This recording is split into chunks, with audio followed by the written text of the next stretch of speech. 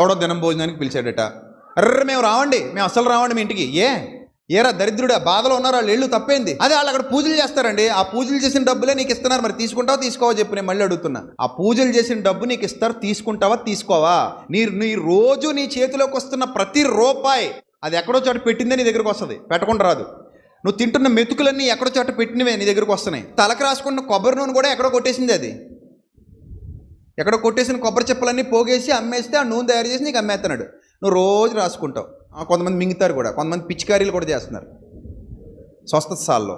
ఈ స్వస్థతశాలలో కొట్టే కొబ్బరి నూనె అంతా వాళ్ళ తోటలో పండించిన కొబ్బరికాయలా చెప్పమని, నాకు తోటలో పండించిన కొబ్బరికాయలని చెప్పమని. స్వస్థతశాలలో కొట్టే కొబ్బరి నూనె అంతా కాదు, ఎక్కడో కొబ్బరికాయలు అవి, ఎవరి తోటలో ఎక్కడో కొట్టేశారు అవి, ఏ దేవుడి దగ్గర కొట్టేశారో మనకు తెలియదు. నేను ఎత్తి మీదకి వచ్చి చేరింది, మరి ఏం చేద్దాం ఇప్పుడు? తల తీసేద్దామా, గుండె గీసేద్దామా?